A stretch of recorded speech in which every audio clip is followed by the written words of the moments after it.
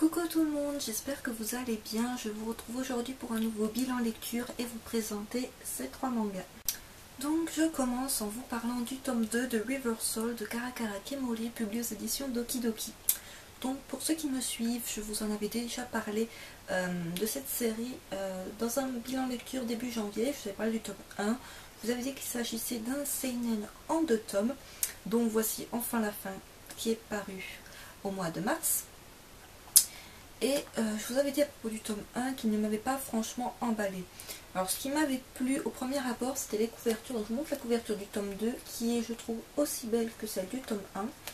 Et ce qui m'avait surtout emballé, c'était le concept d'une Meiko, donc d'une apprentie geisha se battant contre des zombies. Voilà, c'était un concept que j'avais jamais encore vu dans les mangas. Et donc j'avais hâte de découvrir cette œuvre qui m'a donc finalement énormément déçue. Déjà le tome 1 je n'avais pas du tout accroché pour pas mal de raisons. Et ce tome 2 qui clôt la série, eh ben, il ne m'a pas du tout convaincu. Alors pourquoi tant de haine? Alors déjà l'histoire ne tient pas franchement la route, elle est assez brouillonne. Voilà, dans le tome 2, ben, je l'ai lu qu'une fois mais j'ai pas tout compris. On sait qu'il y a une comptine, en l'écoutant, les personnages se retrouvent à participer à un survival game dans le Kyoto de l'envers, où ils doivent tuer des sortes de zombies pour survivre et pour sortir du jeu. Mais bien sûr, il n'y a pas, il y a également des joueurs qui aiment tuer d'autres joueurs, un peu sadiques. Et voilà. Après, on retrouve Ayame, donc la Meiko, dans le monde réel, avec sa petite vie, avec sa sœur, sa mère, etc. Mais rien de très passionnant, et surtout c'est vraiment très flou. Je veux dire, dans le tome 2 je n'ai absolument pas tout compris à la fin, même si on nous révèle enfin qui est à l'origine de ce jeu, pourquoi, tout ça, pas du tout convaincu. Alors en plus en voyant les couvertures on peut penser à un graphisme vraiment sublime. Et bien pas du tout. Les pages, comme je vous l'avais dit, sont très blanches, les graphismes sont bien mais bon, sans plus quoi. Donc voilà, déjà que le scénario ne m'a pas du tout plu, mais alors en plus les dessins ne suivent pas non plus. Donc voilà, c'est vraiment pas un seinen que je vous conseille, même si bon, il n'y a que 2 tomes, donc c'est pas un très gros investissement si vous voulez vous faire la série. Mais voilà, une très grosse déception me concernant, même si je me doutais en ayant fini le tome 1, en ayant été déçu du tome 1, que le tome 2, ben il rattraperait pas grand chose. Ben finalement, ouais, il rattrape pas grand chose. Mais voilà, des personnages pas du tout attachants, une histoire vraiment floue par moments et pas des plus passionnantes. Vraiment pas un seinen que je vous conseille. Je continue en vous parlant du tome 3 de Animal Kingdom de Makoto Raikou, publié aux éditions Kiyun dans leur collection Kids. Donc je vous en avais déjà parlé dans une découverte manga, je vous ai parlé des 2 premiers tomes. Donc le tome 4 est prévu pour le mois de mai et le tome 5 pour Japan Expo, donc pour juillet. Et c'est une série qui est bel et bien achevée en 14 tomes. Mais alors, petite précision pour ceux qui voudraient voir les couvertures des prochains tomes. N'allez pas sur la page VO du manga, par exemple sur Manga News, où l'on vous dévoile toutes les couvertures, donc même la dernière couverture. Et pour ma part, je les ai regardées et je la trouve assez spoilante. Très belle couverture finale avec tout un groupe de personnages, certes, mais voilà, ça vous spoil un truc. Donc je vous conseille vraiment pas de faire comme moi et de regarder par curiosité les couvertures. Je crois qu'on peut déjà voir sur pas mal de sites la couverture française du tome 4 que je trouve assez sympa, qui vous spoil un peu si vous n'avez pas lu les 3 premiers tomes, parce qu'en fait on y voit un personnage qui va être un personnage clé je pense par la suite, même si on la voit à peine apparaître dans ce tome 3. Voilà, c'est un personnage qui me plaît beaucoup et que j'ai hâte de suivre par la suite. Donc comme je vous avais dit, à la fin du tome 2, l'auteur nous annonce qu'à partir du tome 3, il nous fait un petit bond de 7 années dans le futur pour avancer l'histoire. Ce qui était franchement pas mal, vu que le petit bébé du début, ben, il parlait pas, il marchait pas. Donc c'est un petit peu embêtant pour l'évolution de l'histoire. Donc là, il marche, il parle, il a à peu près, donc on suppose 7-8 ans. Et donc on nous laisse supposer ce qui s'est passé durant les quelques années d'ellipse qu'il y a eu. Donc les différentes amitiés qu'il a pu lier, comment il a évolué, comment les animaux se sont liés à lui, ce qui est vraiment intéressant. Donc au début de ce tome 3, en fait, il va rencontrer un singe, un petit singe, dont la famille a été plus ou moins massacrée, un petit peu comme celle de la mère de notre héros. Donc voilà, il va lui venir en aide et plus ou moins l'intégrer à son groupe déjà très impressionnant d'animaux, voilà, qu'il a regroupés autour de lui.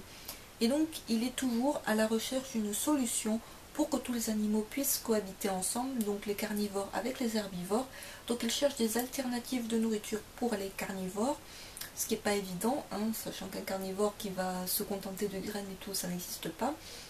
Et donc voilà, c'est un personnage qui a beaucoup évolué en 7 ans, qui a créé pas mal de choses positives autour de lui, qui est quand même, on le voit, bouffé par son propre pouvoir qui est de parler le langage et de comprendre tous les animaux, parce qu'il ne peut pas venir en aide à tous les animaux, et donc parfois il entend leur souffrance, leur appel à l'aide, et il ne peut rien faire pour les aider sous peine de se mettre lui-même en danger.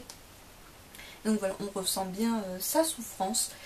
Et donc dans ce tome 3, on a encore une nouvelle pléiade de nouveaux personnages, de nouveaux animaux. Donc je vous montre ici quelques-uns d'entre eux.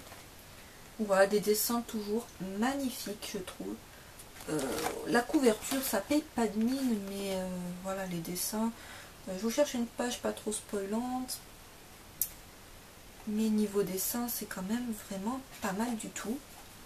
Des pages bien chargées, voilà, les expressions vraiment bien représentées, même si la majorité des personnages ne sont que des animaux, c'est quand même un manga très prenant, parfois très triste. Alors pour ceux qui sont encore une fois rebutés par ceci, voilà, qui se disent non mais c'est kids, c'est vraiment, c'est pour les gosses quoi. Mais je vous assure que non, plus l'histoire avance, plus c'est sombre, c'est vraiment pas un manga qui s'applique pour la collection Kids. Donc voilà, un très très bon shonen qu'encore une fois je vous conseille.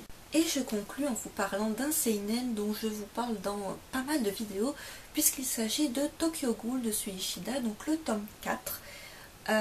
Donc Tokyo Ghoul, comme vous le savez, c'est un de mes seinen préférés. Donc le tome 5 est prévu pour le mois de mai. C'est une série toujours en cours au Japon, il me semble qu'il y a à peu près 10 tomes de parus. Mais voilà, un très très bon seinen, je me répète, mais vraiment pour ceux qui n'ont pas commencé, ben commencez-le. Déjà je vous montre la couverture, parce que le travail des couleurs sur les couvertures est vraiment sublime. Alors je ne sais pas si vous voyez bien avec la lumière, mais c'est vraiment très beau. Donc quatrième de couverture. Donc voilà, comme vous le savez, c'est un seinen très sombre. Et donc dans ce tome 4, on découvre un nouveau personnage que vous pouvez voir sur la couverture, qui est le gourmet. Donc qui est une ghoul, mais très spéciale, donc je vous en dis pas plus pour pas vous spoiler. Ça va être un personnage assez important de ce volume 4, dont Ken va faire la connaissance, et c'est vraiment pas pour le meilleur qu'il fait sa connaissance. Il est assez encore naïf, c'est une ghoul encore assez naïve, qui fait un peu trop confiance, qui voilà a gardé son côté humain et pense qu'il est toujours du bon en certaines ghouls, mais pas toutes, et pas celui-là, du moins de ce qu'on en voit là, vraiment pas. Et donc voilà, on en reparle des morts qu'il y a eu dans le tome 3, donc je ne vous dis pas plus pour ceux qui n'ont pas encore eu le tome 3. Et donc voilà, surtout ce nouveau personnage phare, très charismatique. Alors je vous montre une autre image où on le voit mieux. Voilà. Donc rien qu'à le voir physiquement, on comprend qu'il s'agit d'un personnage franchement sadique, une ghoul franchement peu sympathique. Mais voilà, vraiment un seinen, je vous dis, il n'y a aucun tome qui m'a déçu jusque là, et ce tome 4 ne déroge pas à la règle.